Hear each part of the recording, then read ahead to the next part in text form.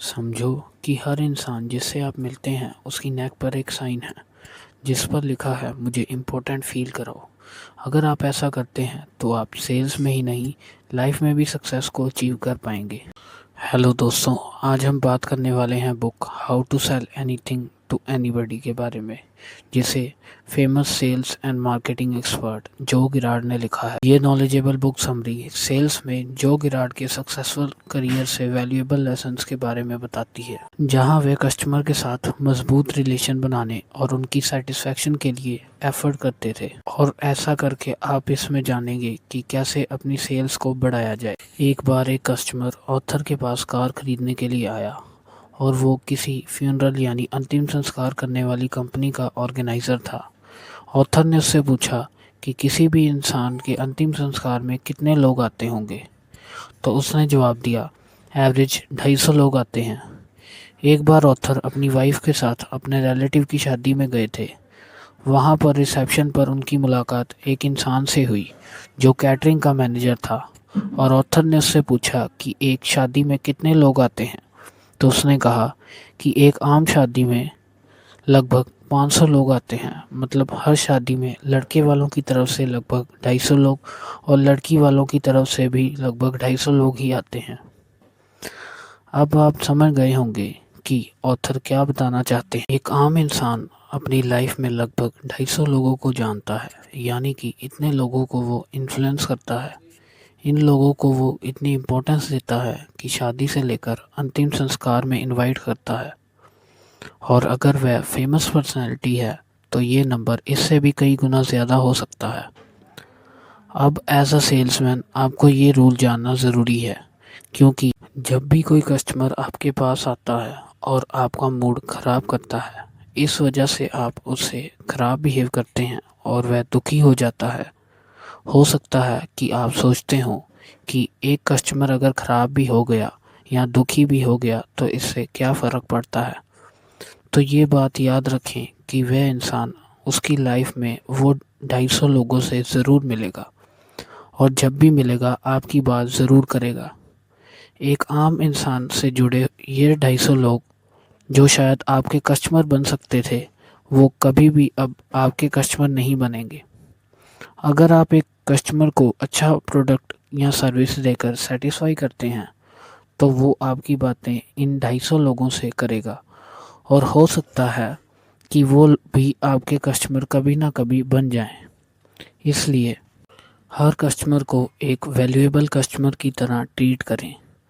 इन सभी sales secrets को हम मल्टीपल पार्ट्स में समझने लगे हैं, इसलिए इस वीडियो को एंड तक बहुत ही ध्यान से देखें। और अगर आप सेल्स में जॉब करते हैं या सेल्स वाली प्रोफाइल में रहे हैं या रहना चाहते हैं तो ये वीडियो आपके बहुत काम आने वाली है, क्योंकि इस बुक में वो सारे सेल्स सीक्रेट्स बताए गए हैं जो पॉसिबली सेल्स में कोई भी इंसान फेस कर सकता है। तो चलिए फिर शुरू करते हैं। Convert unknown people into your customer in this way. सबसे पहले समझते हैं कि एक आम इंसान लोगों को किस तरह से अपना कस्टमर बनाए। जब भी कोई सेल्समैन सेल्स के काम को शुरू करता है, कोई सामान बेचना शुरू करता है, चाहे वो कार बेचना हो या इंश्योरेंस बेचना या कोई भी प्रोडक्ट या सर्विस बेचना, शुरू में 2 पीस बेचना उसके लिए कोई बड़ी बात नहीं होती। शुरू में तो वो 2 चीज़ बेच देता है। सबसे पहले वो प्रोडक्ट खुद के लिए ख़रीद लेता है और 2-3 प्रोडक्ट अपने रिलेटिव और दोस्तों को बेच देता है। एक सही सेल्समैन की पहचान तब होती है जब वो 3 प्रोडक्ट से ज़्यादा बेच देता है। 3 प्रोडक्ट बेचने के बाद वो प्रोडक्ट बेच पा रहा है कि नहीं, इससे एक सही सेल्समैन की पहचान होती है। जो लोग आपकी हेल्प करने के लिए आपसे सामान खरीदते हैं, जब वो लोग ख़त्म हो जाते हैं, उनकी लिस्ट ख़त्म हो जाती है, तो उसके बाद आप क्या करते हैं? इस टाइम आप एक अनजान इंसान को अपना कस्टमर कैसे बनाते हैं? यह एक बहुत ही इम्पोर्टेंट सवाल है और इसी सवाल के जवाब की तरफ हम आगे बढ़ेंगे। अगर आपको लगता है आपकी जान पहचान के लोग ख़त्म हो गए हैं, तो सबसे पहले उन प्रोस्पेक्ट्स की लिस्ट बनाएं जिन्हें प्रोडक्ट बेच सकते हैं। इनमें वो पर्सन्स हो सकते हैं जिनसे आप मिलते रहते हैं, जैसे वो लोग जिन्हें आप बिल की पेमेंट करते हैं, जैसे ग्रोसरी वाला, जिस इंसान से आप पेट्रोल भरवाते हैं, वो इंसान जिससे आप कपड़े खरीदते हैं। यानी ऐसे लोगों की लिस्ट बनाएं जो आपको कुछ ना कुछ बेचते हैं। इनसे कांटेक्ट करके अपना सामान ऑफ़र कर सकते हैं।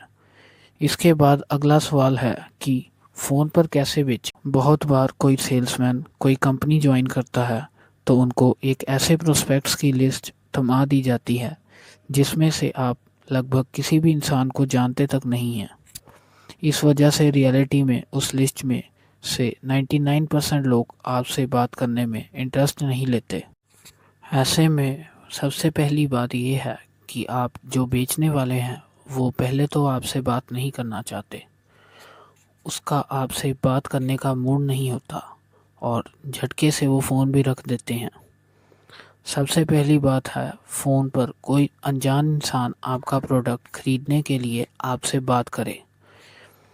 इसके लिए एक चीज़ की ज़रूरत होती है और वो है रेफरेंस। बिना रेफरेंस के कोई भी इंसान बात करने में इंटरेस्ट नहीं लेता। ऑथर उनका खुद का तरीका बताते हैं कि किस तरह से अनजान लोगों को भी वो बहुत अच्छे से फ़ोन पर अपना प्रोडक्ट बेचते हैं। ऑथर को जब कोई लिस्ट मिलती है तो उस इंसान के घर पर वो फ़ोन करते हैं और मिसेज़ फ़ोन उठाती तो बोलते हैं, मैं जो कार सेल्समैन एक कंपनी से बात कर रहा हूँ। आपने जो कार ऑर्डर की थी वो बिल्कुल तैयार है, आप उसे लेने कब आ रहे हैं?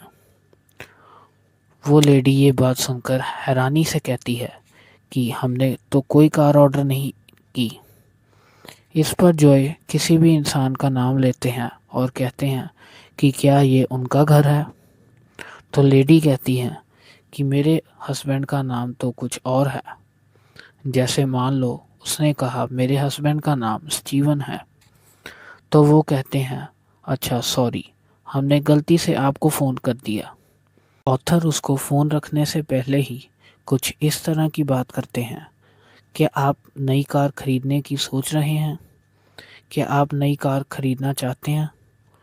फिर वो लेडी कहती है नहीं, हमें कोई कार खरीदने की ज़रूरत नहीं है, लेकिन मेरे हस्बैंड इस बारे में देखते रहते हैं, आप उनसे बात कर सकते हैं। अगर खरीदने का कोई प्लान होगा तो वो आपको बता सकते हैं। अब जो को वो चीज़ मिलना शुरू हो गई जिनकी उनको ज़रूरत थी, यानी कि रेफरेंस।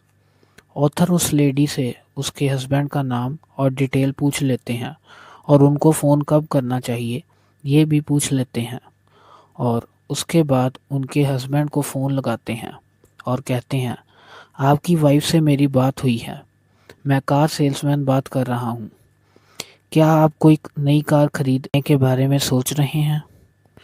अब क्योंकि उस इंसान से बात की शुरुआत में रेफरेंस में उनकी वाइफ का नाम लिया गया था, इसलिए वो ऑथर से बात करता है और कहता है कि अभी तो मेरे कार खरीदने का कोई प्लान नहीं है। तो ऑथर उससे पूछते हैं अच्छा, तो आप कब की प्लानिंग कर रहे हैं? मान लो वो कहता है ने के बारे में सोच रहे हैं। अब क्योंकि उस इंसान से बात की शुरुआत में रेफरेंस में उनकी वाइफ का नाम लिया गया था, इसलिए वो ऑथर से बात करता है और कहता है कि अभी तो मेरे कार खरीदने का कोई प्लान नहीं है। तो ऑथर उससे पूछते हैं अच्छा, तो आप कब की प्लानिंग कर रहे हैं? मान लो वो कहता है 6 महीने बाद। ऑथर उसकी सारी डिटेल और उसके बारे में जो भी इंफॉर्मेशन मिलती है ऑथर उसे एक फ़ाइल में डिटेल में लिख लेते हैं और 6 महीने बाद उसे दोबारा से फ़ोन करते हैं और एक इंटरेस्टेड कस्टमर बना लेते हैं। इस तरह आप भी फ़ोन पर बात करके एक आम इंसान को अपना कस्टमर बना सकते हैं। लेकिन जो कहते हैं आपको कस्टमर को फंसाना नहीं है, किसी तरह से चीट नहीं करना है, बस इस तरह सही तरीके से आपका प्रोडक्ट और आप लोगों तक पहुंचने चाहिए ताकि और भी लोग आप तक पहुंच सकें। अनजान लोगों को कस्टमर बनाने का एक और तरीका है लेटर भेजना। आज के टेक्नोलॉजी एरा में बात करें तो ईमेल भेजना। बहुत सारे सेल्समैन कस्टमर को लेटर या मेल तो भेजते हैं, लेकिन उसमें पूरा ऐड होता है, उनके काम के बारे में प्रोसेसेस होते हैं और टेम्पलेट्स होते हैं। इस तरह उनके लेटर जब किसी को मिलते हैं तो ज़्यादातर टाइम वो उसे पढ़ते भी नहीं हैं, बल्कि डस्टबिन में फेंक देते हैं या डिलीट कर देते हैं। इसलिए जितना हो सके पहली बार तो आपको कस्टमर को मेल भेजना चाहिए। भेजते टाइम ये पक्का करने के लिए कि वो उसे पढ़े, ऑथर अपना तरीका बताते हैं जिससे वो खुद भी यूज़ कर। वो कहते हैं अपनी मेल के ज़रिए प्रोस्पेक्ट को कुछ खरीदने के लिए फोर्स ना करें, बल्कि अपनी हर अलग अलग ईमेल में उनको किसी प्रॉब्लम के बारे में या उसके सलूशन पर बात करें। टाइम टाइम पर फेस्टिवल्स और उनकी लाइफ के स्पेशल डेज जैसे बर्थडे सेलिब्रेशंस मैसेज भेज दें। ऑथर हर कस्टमर को साल में 12 बार ईमेल करते हैं। हर महीने के किसी एक स्पेशल दिन पर मेल कर देते हैं। इसमें कोई एडवर्टाइजमेंट नहीं करते, बस उस दिन वो विश करने वाली बातें उसमें लिख देते हैं। इस टेक्निक से महीने में एक बार मतलब साल में 12 बार उस कस्टमर के पास जो का मेल जाता है, और हर महीने में हर एक बार जो का जिक्र वहाँ पर होता होगा। इस तरह से उन लोगों को पूरी तरह पता लग जाता है कि जो गिराट कौन है और वो क्या काम करते हैं। अगला तरीका है विजिटिंग कार्ड का। ये नए लोगों तक पहुँचने के लिए और उनको अपना कस्टमर बनाने के लिए जो कहते हैं, आपको अपना विजिटिंग कार्ड हमेशा अपने पास रखना है और जो भी आपसे मिलने आते हैं उसके हाथ में अपना विजिटिंग कार्ड थमा दें। ऐसे तरीके ढूंढें जिनसे ज़्यादा से ज़्यादा लोगों तक आपका विजिटिंग कार्ड पहुंचे, ताकि उनको ये बात समझ में आ जाए कि आप कौन हैं और क्या बेचते हैं। ऑथर अपना एक्सपीरियंस बताते हैं। वो जब भी कोई फुटबॉल मैच देखने के लिए जाते और जब कोई गोल होता, लोग खुशी से उठते और तालियां बजाते हुए झूमते हैं। उसी वक्त ऑथर एक मुट्ठी भर के अपने विजिटिंग कार्ड को उस भीड़ में उछाल देते और इस तरह से उस खुशी के मौके पर उनके कार्ड भी उस भीड़ में छा जाते और वो ज़्यादा से ज़्यादा लोगों तक पहुंचने में कामयाब हो जाते। Make the customer a winner. अब हमें ये समझना होगा कि कस्टमर को विनर कैसे बनाया जाए। ध्यान रखें, आप सिर्फ एक नीडी इंसान को ही कुछ बेच सकते हैं, हर किसी को नहीं। बहुत से सेल्समैन अपने कस्टमर को बेवकूफ़ या पागल समझते हैं, क्योंकि वो दिन भर ऐसे लोगों से मिलते रहते हैं जो उनका टाइम ख़राब करने के लिए आते रहते हैं।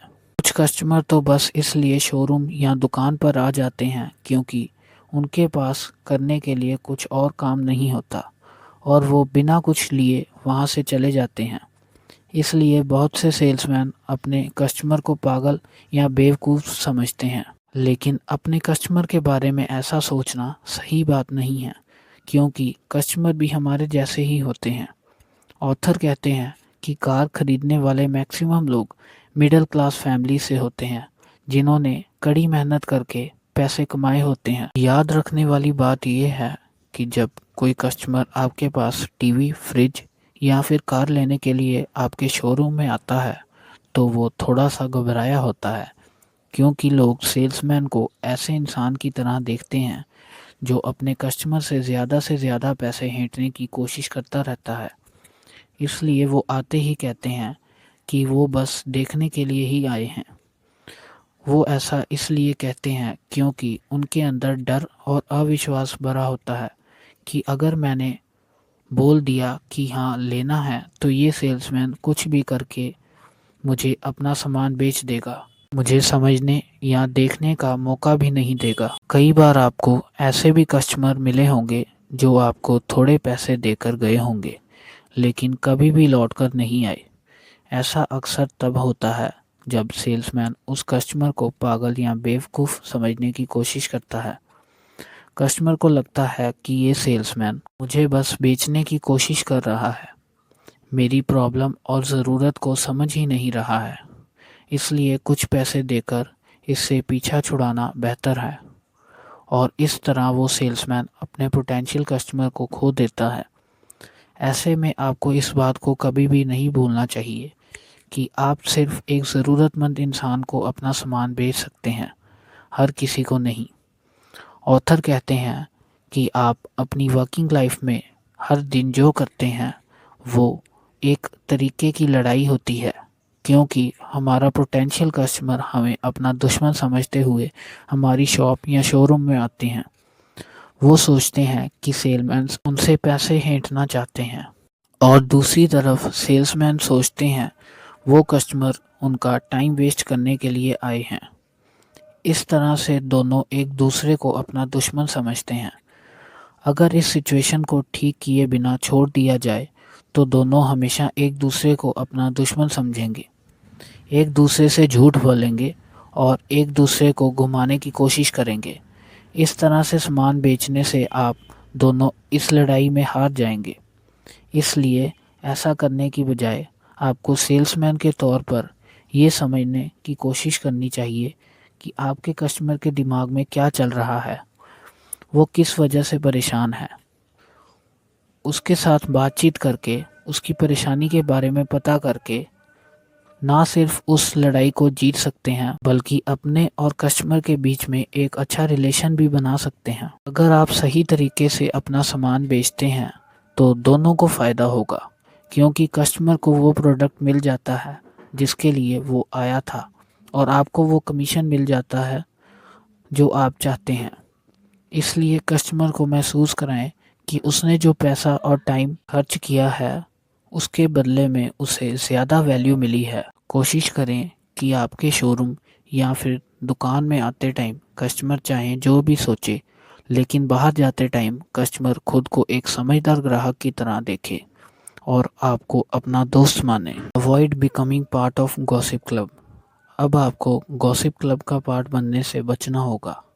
आप जितने ज़्यादा कस्टमर से बात करेंगे आपकी सेल्स उतनी ही बढ़ेंगी। ये बहुत सिंपल सा रूल है और बहुत इम्पोर्टेंट भी है। अगर आपके पास प्रोस्पेक्ट लिस्ट नहीं है तो आप अपनी कंपनी के कस्टमर का पुराना डाटा यूज़ करके क्लाइंट से बात कर सकते हैं, या फिर आप टेलीफोन डायरेक्टरी का यूज़ करके उन लोगों से बात कर सकते हैं, जैसा कि ऑथर ने किया था। जब उन्होंने पहली बार कार बेचना शुरू किया तो कस्टमर के आने का इंतज़ार करने की बजाय खुद कस्टमर को बुलाने के तरीके ढूंढे, जिससे कस्टमर उनके नाम से उन्हें ढूंढते हुए आते थे। इसकी शुरुआत उन्होंने टेलीफोन डायरेक्टरी में रजिस्टर्ड नंबर से की। उनके पास कोई प्रोस्पेक्ट लिस्ट नहीं और ना ही कोई कस्टमर डाटा अवेलेबल था, तो उन्होंने टेलीफोन डायरेक्टरी को ही अपनी प्रोस्पेक्ट लिस्ट बना लिया और वहीं से शुरुआत की। ज़्यादा कस्टमर को अट्रैक्ट करने के लिए गॉसिप क्लब का हिस्सा ना बने। गॉसिप क्लब यानी कि कंपनी या टीम के वो लोग जो अपने काम को पूरा ध्यान देने की बजाय फिजूल की बातों में लगे रहते हैं, उनके क्लब का हिस्सा ना बने। हर एक कंपनी में कुछ लोगों का एक ग्रुप होता है जहां पर सभी सेल्समैन मिलकर बातचीत करने में अपना कीमती टाइम ख़राब करते हैं, लेकिन आपको ऐसा नहीं करना है क्योंकि आपको ज़्यादा सेल्स करनी है। एक बात हमेशा याद रखें, आप चाहे किसी के लिए भी काम करते हों, चाहे आप कुछ भी बेचते हों, ये आपका बिज़नेस है। आप इसे जितना बेहतर बनाते हैं और टाइम देते हैं, आपके उतने ही ज़्यादा कस्टमर बनेंगे।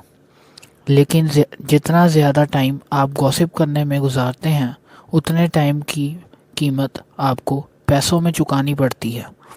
सच्चाई ये है कि आप दोस्तों के साथ टाइम बिताकर या हंसी मजाक करके पैसे नहीं बना सकते।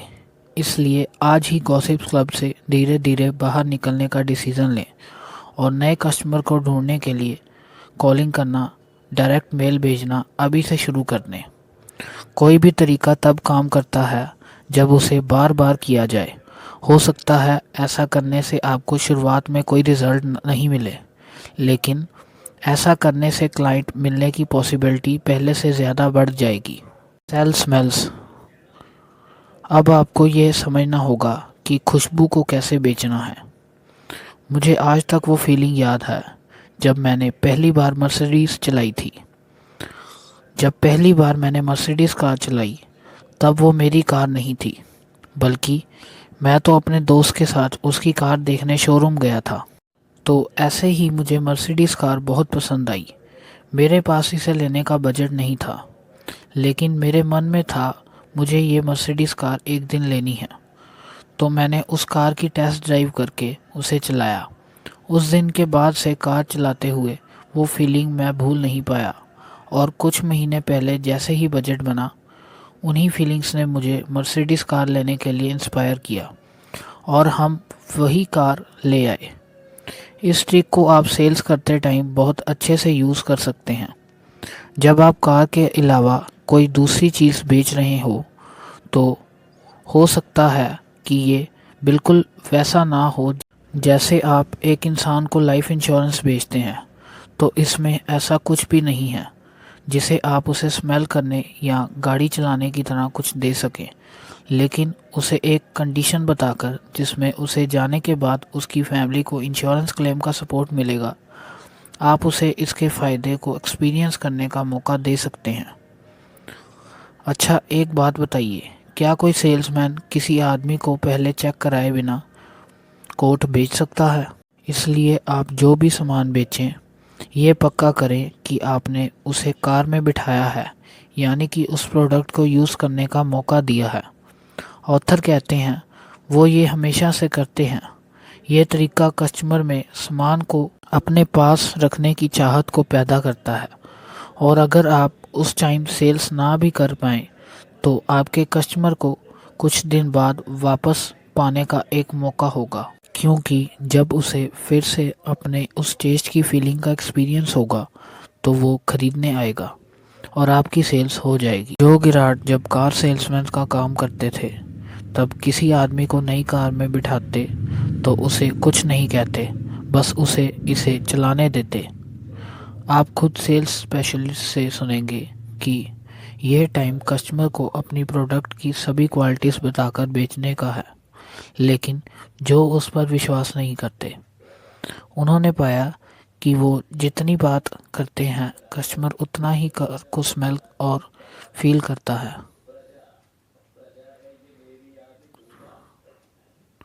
और उसके बारे में खुद से बात करना शुरू कर देता है। और ऑथर या हर सेल्समैन ये चाहता है उसके प्रोडक्ट को कस्टमर खुद से स्मेल करे, फील करे और उसके बारे में खुद से बात करे, क्योंकि सेल्समैन जानना चाहता है कि कस्टमर को क्या पसंद है और उसकी लाइफ की प्रॉब्लम क्या है। ऑथर चाहते हैं कि वो उन्हें ये बताकर कि वो कहाँ काम करता है और अपनी फैमिली के साथ कहाँ रहता है, उसके साथ एक बॉन्ड बनाने और बात को आगे बढ़ाने में उनकी हेल्प करे। कई बार आपके जब कस्टमर टेस्ट ड्राइव के दौरान सीट पर बैठे होते हैं, तब कस्टमर आपको वो सब कुछ बताएगा जो आपको उसे बेचने के लिए चाहिए। ये बहुत ज़रूरी है, इसलिए उसे फ्री होकर गाड़ी चलाने दें। जब आप किसी शोरूम में जाते हैं, तो वहाँ हर तरह के मोबाइल, टीवी या कई सामान टेस्ट करने के लिए लगे रहते हैं, जिन्हें आप जब चाहें टेस्ट करके देख सकते हैं। एक दो बार आप उसे टेस्ट करते हैं और आखिर में उसे सामान को खरीद ही लेते हैं। इसलिए इससे कोई फ़र्क नहीं पड़ता कि आप क्या बेचते हैं। उन तरीक़ों की तलाश करें जिनसे आप अपने प्रोडक्ट को प्रेजेंट कर सकें।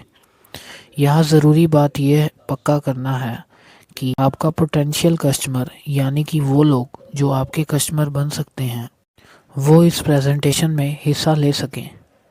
अगर आप उनकी सेंस को अट्रैक्ट कर सकते हैं, तो आप उनकी फीलिंग को भी अट्रैक्ट कर रहे हैं। ऑथर कहते हैं कि लॉजिक के कंपैरिजन में फीलिंग के चलते ज़्यादा चीज़ें खरीदी जाती हैं। इसलिए एक बार जब पोटेंशियल कस्टमर गाड़ी चला रहा हो, तो वो आपसे पूछेगा कि उसे कहाँ जाना चाहिए। इस टाइम ऑथर कहते हैं जहाँ आपका मन करे वहाँ चल लेते हैं। अगर कस्टमर पड़ोस में रहता है, तो उसे गाड़ी चलाने का सजेशन देते हैं। घर के पास से जाने पर वो उसे अपनी वाइफ और बच्चों को दिखाता।